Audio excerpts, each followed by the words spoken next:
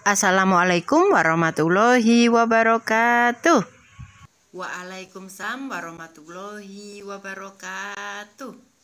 Perkenalkan, saya Ustazah Nawang, guru kelas 5. Perkenalkan, saya juga Ustazah Nawang, guru kelas 5. Maksud Ustazah, nama kita sama. Bukan Ustazah, kita ini orang yang sama. Tapi dalam pembelajaran daring, saya yang mengajar. Alhamdulillah, terima kasih Ustazah. Iya Ustazah, alhamdulillah. Mari kita bekerja sama untuk mencerdaskan anak bangsa. Oke, siap. Anak-anakku yang soleh dan solehah, jangan lupa kalau keluar rumah memakai masker nggih.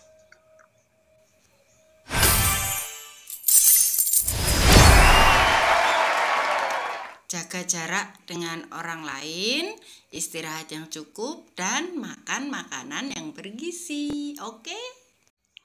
Sebelum belajar, mari kita berdoa dulu nggih. Berdoa mulai. Berdoa selesai. Kompetensi dasar dalam pembelajaran kita hari ini apa ya Ustazah? Kompetensi dasar kita hari ini adalah menjelaskan organ pencernaan dan fungsinya pada hewan dan manusia, serta cara memelihara kesehatan organ pencernaan manusia. Selain kompetensi dasar, siswa juga harus tahu apa ya tujuan pembelajaran kita hari ini. Tujuannya adalah siswa dapat memahami organ pencernaan dan fungsinya pada manusia. Baik Ustazah, karena hari ini pembelajaran online, saya persilakan Ustazah untuk memberi pembelajaran kepada siswa kelas 5. Baik Ustazah, terima kasih. Setiap makhluk hidup membutuhkan makanan. Makanan dapat membantu manusia dalam mendapatkan energi, membantu pertumbuhan badan dan otak. Bagaimana proses pencernaan makanan dalam tubuh kita? Anak-anak, mari kita belajar tentang organ pencernaan dan fungsinya, sehingga kita bisa paham bagaimana proses makanan dari awal kita memasukkan ke mulut sampai ada sisa makanan yang harus kita keluarkan setiap hari.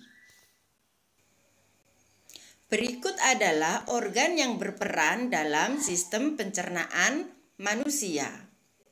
Tetapi tidak semua organ dilalui oleh makanan. Yang dilalui oleh makanan adalah organ mulut, kerongkongan, lambung, usus halus, usus besar, rektum, dan anus. Kita awali yang pertama yaitu rongga mulut. Di dalam rongga mulut ada gigi, lidah, dan enzim. Gigi dan lidah berperan dalam pencernaan mekanik.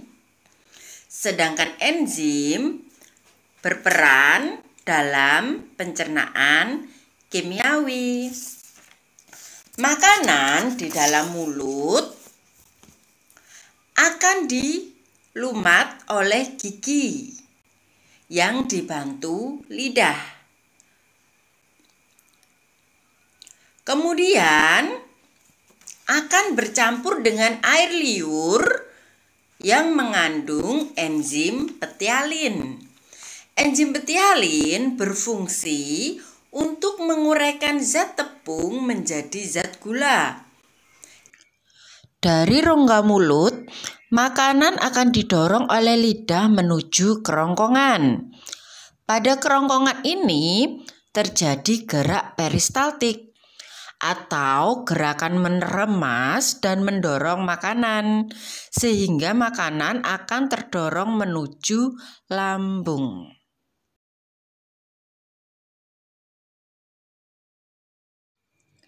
Di dalam lambung makanan digiling oleh dinding lambung dan dicampur getah lambung. Getah lambung mengandung asam dan enzim. Asam klorida pada lambung berfungsi membunuh kuman yang masuk bersama makanan. Enzim renin diproduksi oleh lambung bayi, sangat bermanfaat untuk mencerna protein ASI menjadi kasein. Dan enzim pepsin berfungsi mencerna protein menjadi pepton. Setelah makanan dicerna dalam lambung, makanan akan masuk ke usus halus. Usus halus terdiri dari 3 bagian.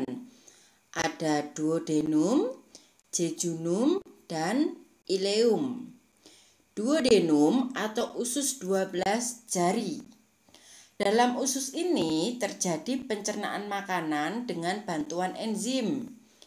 Enzim tersebut berasal dari kelenjar pankreas. Cairan empedu yang berasal dari hati juga masuk ke dalam usus duodenum untuk membantu pencernaan makanan. Cairan empedu ini berfungsi memperlancar kerja enzim lipase dalam memecah lemak.